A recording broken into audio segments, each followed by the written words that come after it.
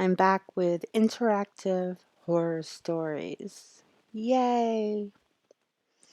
So today we're gonna play Evil Beneath the Ground.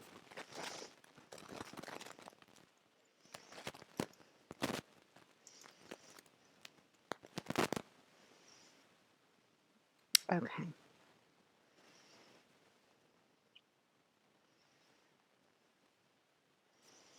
That Crystal Skull one was pretty weird yesterday. Mm.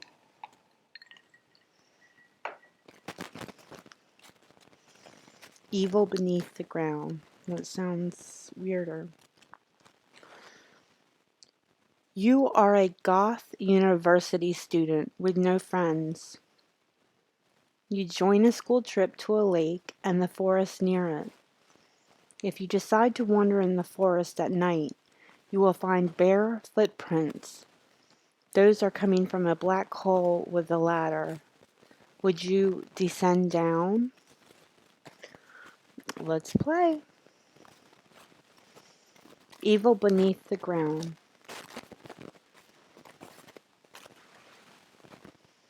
Ooh, I can't wait.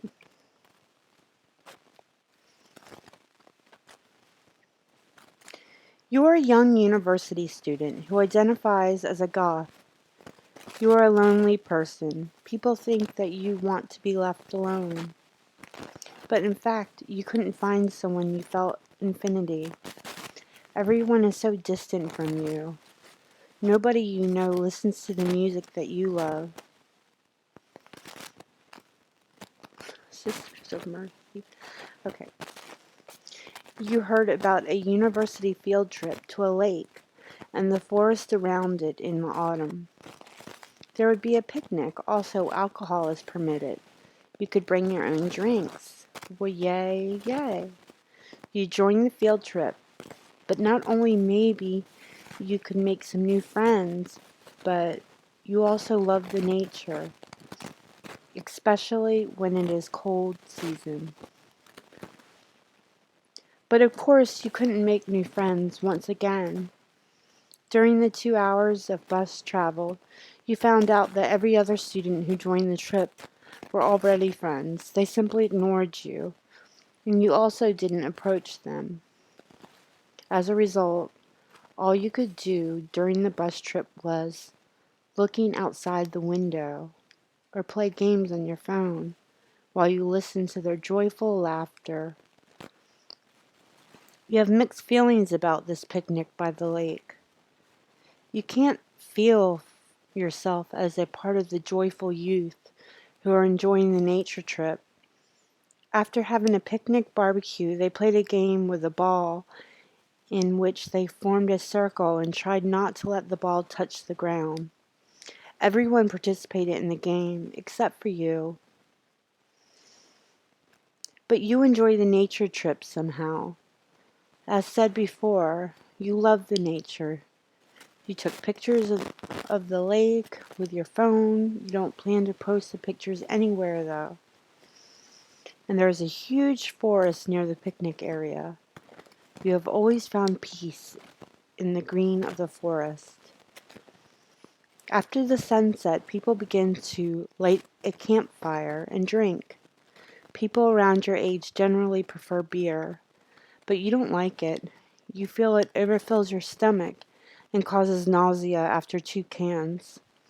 Instead, you prefer stronger drinks. Today you brought a bottle of red wine and a wine glass. Yes, red wine, no wine glass.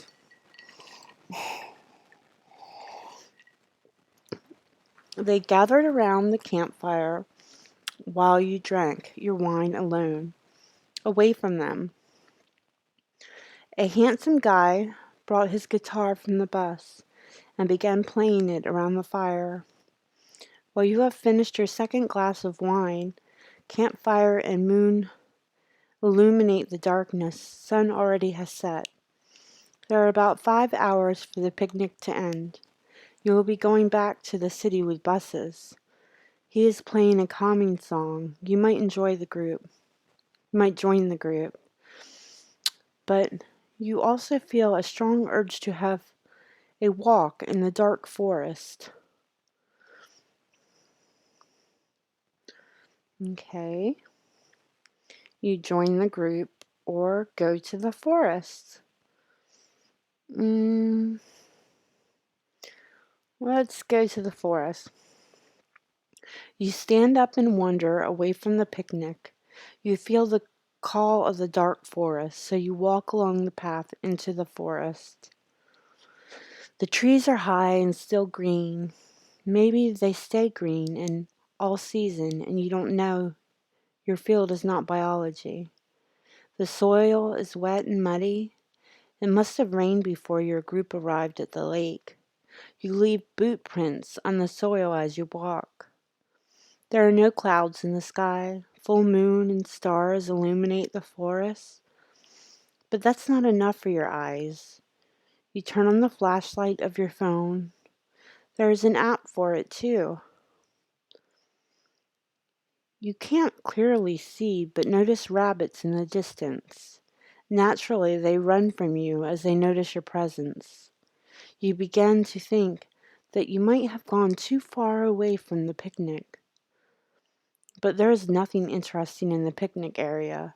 You somehow feel like the darkness of the forest is your friend. Only friend. One, you continue on the path or turn back to the picnic site. You continue on the path, dummy. You continue on the forest path. After a few minutes, you notice footprints on the soil. They seem to belong to a human with bare, big feet, probably a man. The prints cross the path. One, you turn back to the picnic site. Two, follow him. Or three, follow his route back. I would say follow him. Two. You follow the footprints on the soil. They keep changing directions. You find yourself at an elevation, and the prints stop here. Whoever was walking, he didn't leave prints, those you could find anymore. He might have gone anywhere as he didn't follow a single direction. Do you turn back to the picnic site or follow his route back? I would say excitement, follow his route back. Everybody at the picnic site is probably dead, is what I'm thinking. You decide to go to the place where he comes from. After a long walk, you find yourself at a hole. There is a lid and a long rope near it. The man clearly comes from the hole. His footprints prove it. When you hold your phone's light into the black hole, you see that there is a ladder inside the hole. You can't see the end of the hole from your position. As curious and drunk boy, you feel a strong urge to descend. Do you, one, turn back to the picnic site or descend? We're going to descend. As you need to use both hands to climb down, you put your phone into your jeans pocket, turning off the light. You start climbing down. After a few seconds, moon and stars above no longer illuminate what you see. You are in pitch black, and the ladder still continues. Finally, your feet touch the ground. You are so distant from the forest that you can't see the entrance of the hole from where you are. You carefully get on your 2 feet. You can see nothing yet. The only option is to turn on the phone light. The place where you are is made of concrete. There is a long corridor in front of you. It is narrow, about 1 meter wide. It is not very high. There are only a few centimeters between your head and the ceiling of the corridor. You smell a terrible odor. It's a mixture of feces and something you can't understand. There are 3 doorless holes along the concrete corridor, making 3 rooms to discover. 1, you examine the first room. 2, examine the second room. 3, examine the third room. Or 4, climb up. Let's go to the first room. There's an empty wooden coffin. A mirror hangs on the concrete wall.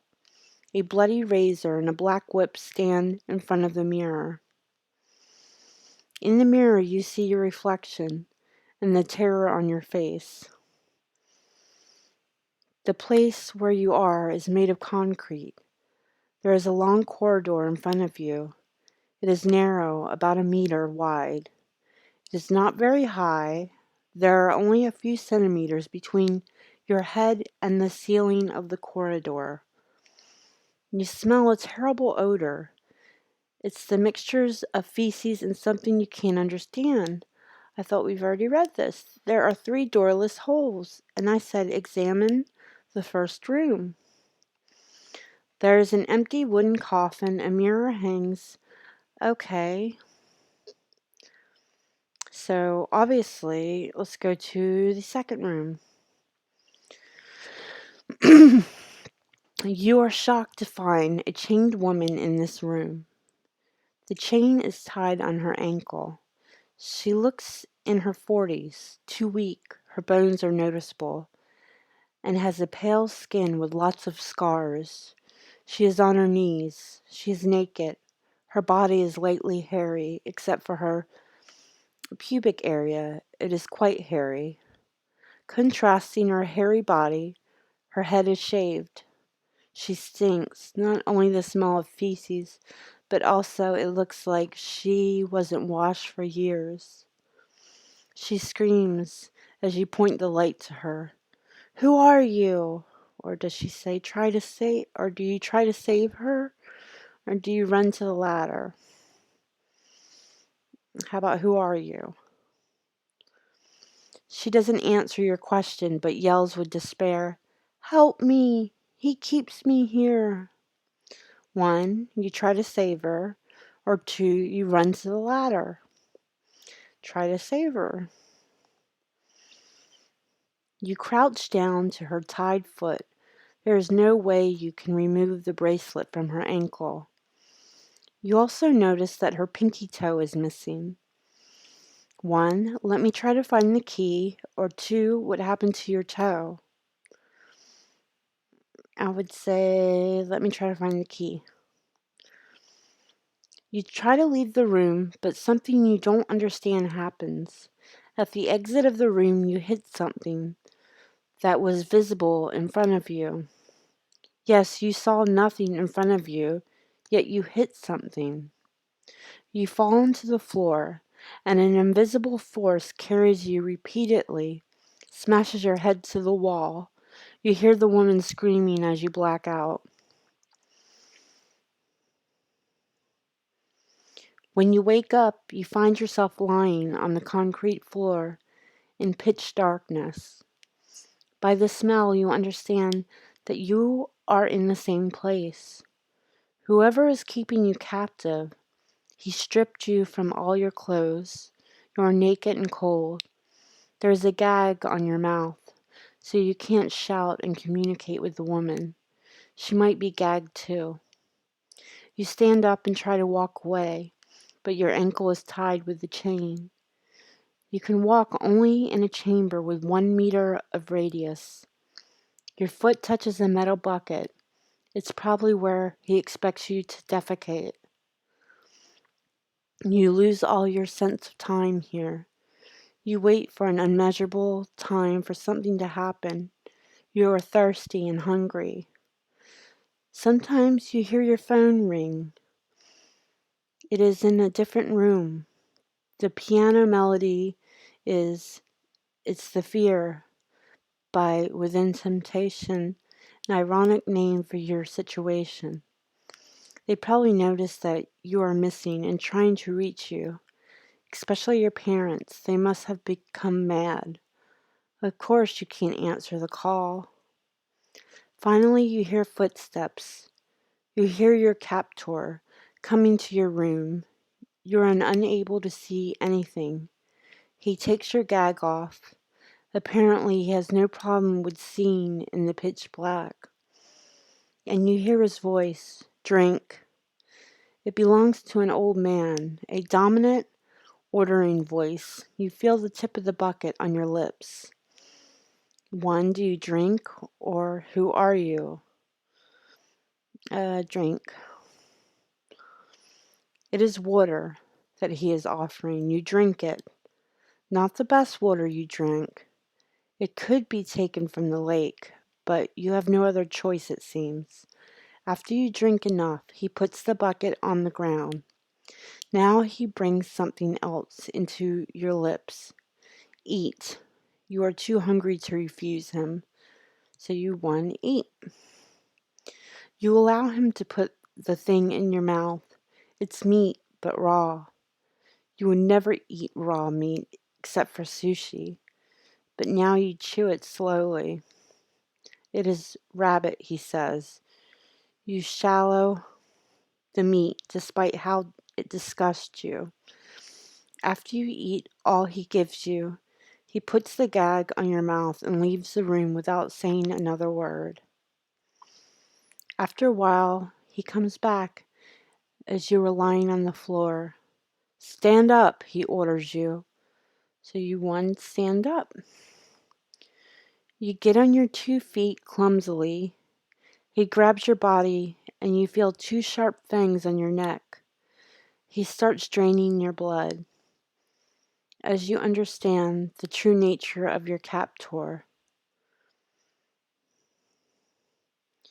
you have no idea how long you have been a prisoner here. You are mostly alone in the room, doing nothing with a gag on your mouth. He occasionally comes back to feed you and himself. Sometimes you hear loud sounds from the other room. He tortures the woman. She screams and begs him to stop, but he doesn't. You hear a whip hit the naked flesh of the woman, but for some reason he doesn't harm you, only the woman. You haven't seen anything for a long time. You have no idea what he looks like. Sometimes you hear sobbing, but it doesn't belong to the woman, to the captor. He cries loudly for some reason. Some day or night, you can't figure it out. He shows up and takes your gag off. I have done research about you, learned everything about you. He says your name, shocking you. We have some common points. We both like the dark. We are both outcasts, lonely souls in this world of darkness. I will make you an offer, only once, so make your decision wisely. I can make you an immortal like me. You will no longer be in chains. You will have a life or unlife in the dark, like you have always wanted. Or you can stay as immortal and wait for the day you will die here as my prisoner. I want to be immortal. Very well, he says. Stand up. You stand up and allow your master to embrace you. You feel his fangs on your neck once again, but this time he doesn't stop. You feel your whole blood is getting drained. Soon you lose consciousness. You open your eyes. You find yourself lying in a wooden coffin, but this time you are able to see. There isn't any single light source in the concrete room, but you see your environment as if you are wearing night vision goggles. You are wearing your old clothes and also gloves, so you can't see your skin. You have lost your hair. It has shed.